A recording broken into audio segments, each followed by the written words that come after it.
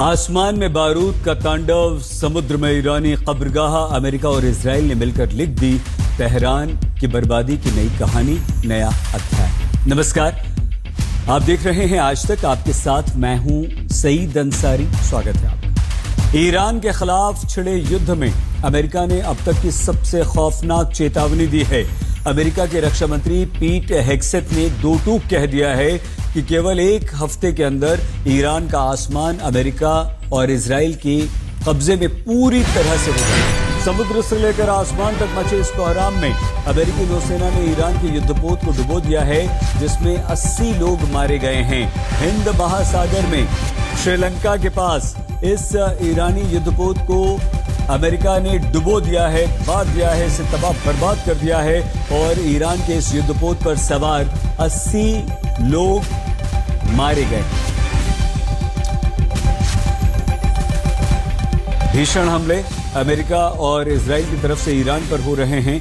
Iran में जबरदस्त तबाही है, जगह जगह तबाही के मंजर दिखाई दे रहे हैं। उधर अमेरिका ने ईरानी युद्धपोत को भी मार गिराया है। स्ट्रेट ऑफ हॉर्मुज में भी अमेरिका ने यह दावा किया है कि हमने सभी ईरान के जितने भी जहाज हैं उन्हें मार गिराया है। आइए सीधे अमेरिका वॉशिंगटन हमारी संवाददाता रोहित शर्मा के पास आपको लिए चलते हैं।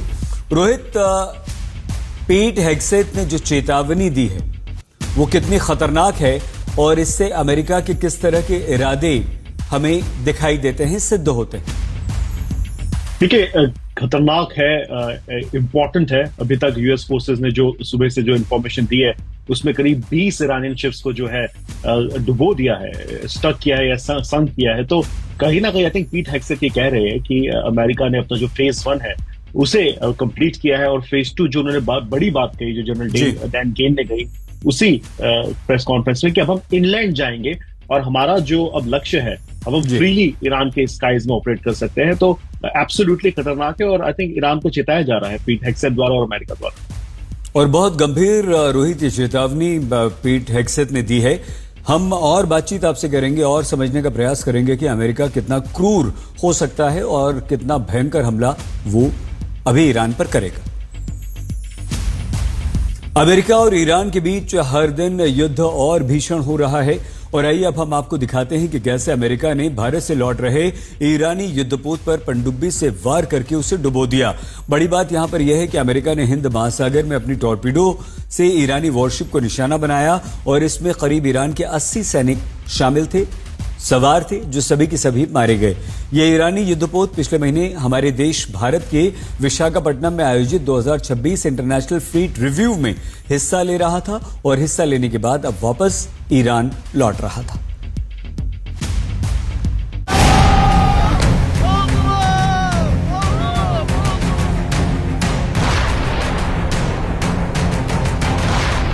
ईरान अपनी नई युद्ध नीति के तहत मिडिल ईस्ट में अमेरिकी सैन्य ठिकानों को निशाना बना रहा है, तो अमेरिका ने भी अब ईरान पर घातक वार करने का प्लान बना लिया है। अमेरिकी रक्षा मंत्री हेग्सेथ ने कहा है कि ईरान के खिलाफ चल रहा अमेरिकी सैन्य अभियान अभी शुरुआती दौर में है। हेग्सेथ के मुताबिक अब अमेरिका और इजराइल मिलकर ईरान के पूरे आसमान पर कंट्रोल करेंगे। उन्होंने कहा कि ये काम 1 सप्ताह से भी कम समय में पूरा हो जाएगा। ट्रंप का चुन चुन कर वार, पनडुब्बी से डुबोया ईरानी युद्धपोत। अब अमेरिका करेगा ईरान पर ग्रेविटी बम का इस्तेमाल। ट्रंप ने खाई कसम, ईरान को मिटाकर लेंगे दम।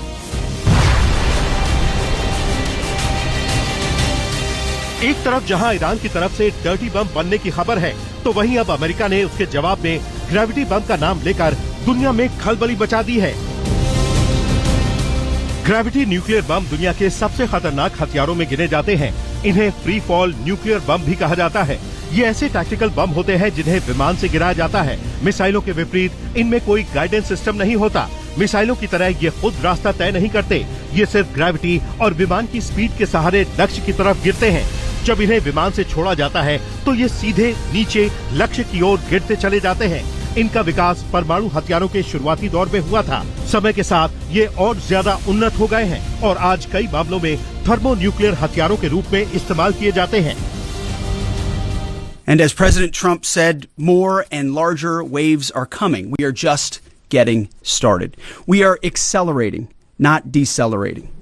Iran's capabilities are evaporating by the hour, while American strength grows fiercer, smarter, and utterly dominant. More bombers and more fighters are arriving just today. And now, with complete control of the skies, we will be using 500-pound, 1,000-pound, and 2,000-pound GPS and laser-guided precision gravity bombs, of which we have a nearly unlimited stockpile. We used more exquisite standoff munitions at the start, but no longer need to. Our stockpiles of those, as well as Patriots, remains extremely strong. आपको बता दें कि America ने भारत से लौट रहे एक ईरानी युद्धपोत आइरिस डेना को श्रीलंका के पास हमला कर डुबो दिया है। हमले में अब तक 80 ईरानी नौसैनिक मारे गए हैं। ये जानकारी श्रीलंकाई सरकार ने दी है।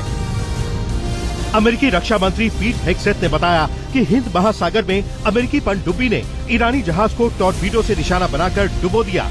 श्रीलंका की नेवी ने 32 घायल नौसैनिकों का रेस्क्यू कर उन्हें अस्पताल में भर्ती कराया है। जहाज पर लगभग 180 नौसैनिक सवार थे। लापता सैनिकों की तलाश के लिए सर्च और रेस्क्यू ऑपरेशन जारी है। ये ईरानी युद्धपोत पिछले महीने भारत के विशाखापट्टनम में आयोजित 2026 इंटरनेशनल फ्लीट रिव्यू में हिस्सा लेकर लौट रहा था।